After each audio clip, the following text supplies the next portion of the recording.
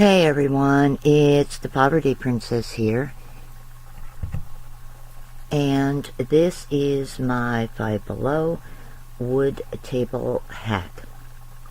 Now, I bought this table last year when I did a Five Below haul, and I've been meaning to do something with it. Wasn't quite sure what I exactly wanted to do, and I figured out finally over New Year's I was just going to paint it to match my bedside basket table and use up some scraps that I had from previous DIYs.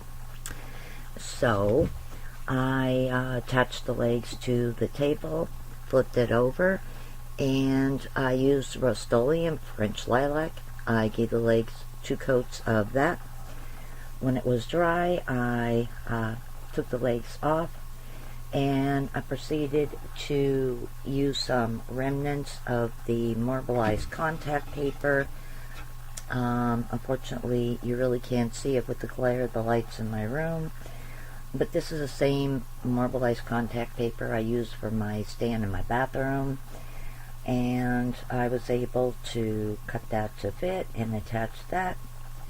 And last but not least, I also had some diamond gemstone ribbon left from Dollar General, and I cut that into strips of 2 rows, and I hot glued that all the way around, reattached the legs, and there you go.